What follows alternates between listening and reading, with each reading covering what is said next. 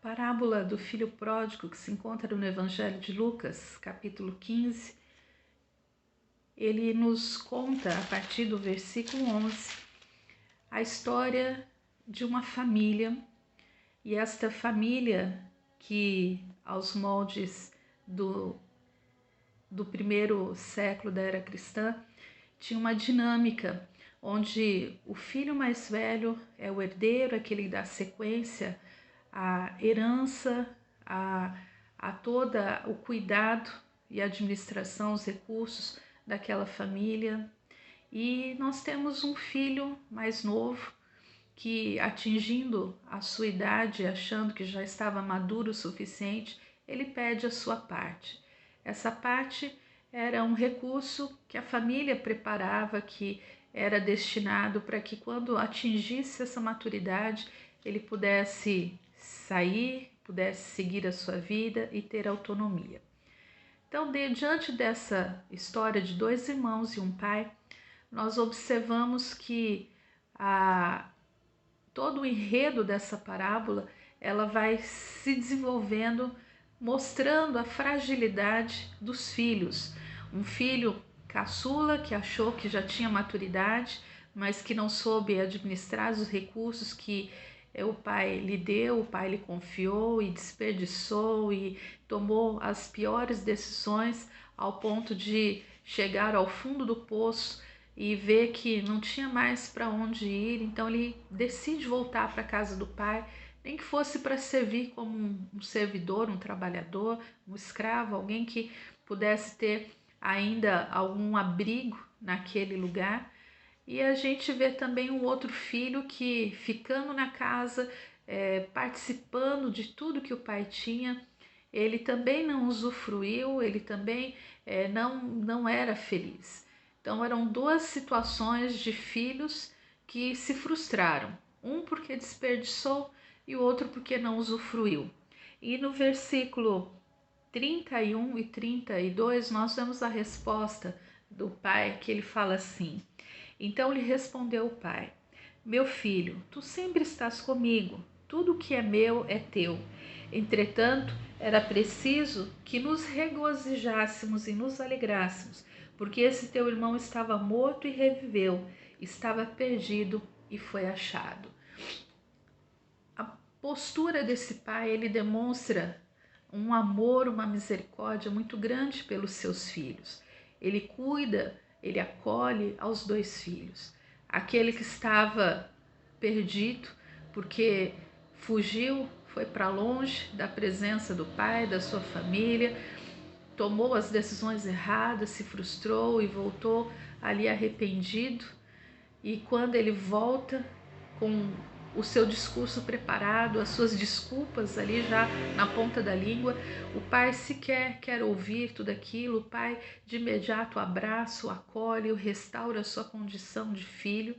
E temos um filho que estava ali na casa do pai, mas que não aproveitou desse benefício, desse privilégio de estar na casa do pai, de se alegrar com seus amigos, com os recursos do seu pai, ou de ter alegria e entender que era um privilégio estar com o pai todos os dias. Nós observamos nessa passagem que Deus, ele busca reconciliação com seus filhos, aqueles que estão longe, perdidos, que precisam ser reencontrados, e a palavra diz que cada um que se arrepende, cada um que volta aos braços do Pai, é festa no céu, faz festejo no céu. E aqueles que já servem ao Senhor, aqueles que são filhos do Senhor, também precisam entender que nós temos vida abundante e temos que nos alegrar, porque é um irmão que estava perdido e agora volta. Essa harmonia no lar, esse amor no lar é algo difícil de experimentarmos. Nós vemos aí os índices de violência, de lares destruídos, de separações. A gente percebe que não é uma ação simples, uma ação fácil. Nesse Dia dos Pais, eu imagino que muitos estão alegres, festejando com a sua família, com os filhos, mas também há muitos que estão com o coração triste, porque não têm o melhor dos relacionamentos com seus pais, ou por algum motivo estão sem o pai, né? Perderam o pai logo cedo, e a gente vê que há muitas frustrações, há muitas situações que nos deixam às vezes sem entender, sem compreender o que nós estamos passando. E esse texto me mostra um Deus que me entende, um Deus que me acolhe, que está conosco, que está pronto a nos abraçar, nos acolher como filho, né? O Salmo 27 ele diz que ainda que o pai e a mãe ele possa desprezar ou esquecer dos seus filhos, Deus ele não abandona, ele não esquece, ele nos acolhe como filhos e filhas dele.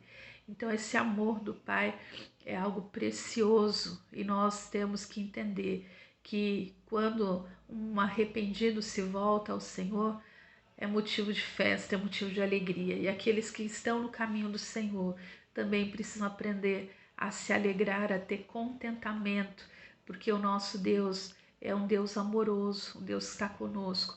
Trabalhar ao Senhor não é um fado, não é um peso, mas é uma alegria que deve ser festejada a cada dia por fazermos parte do reino de Deus, por sermos família do Senhor.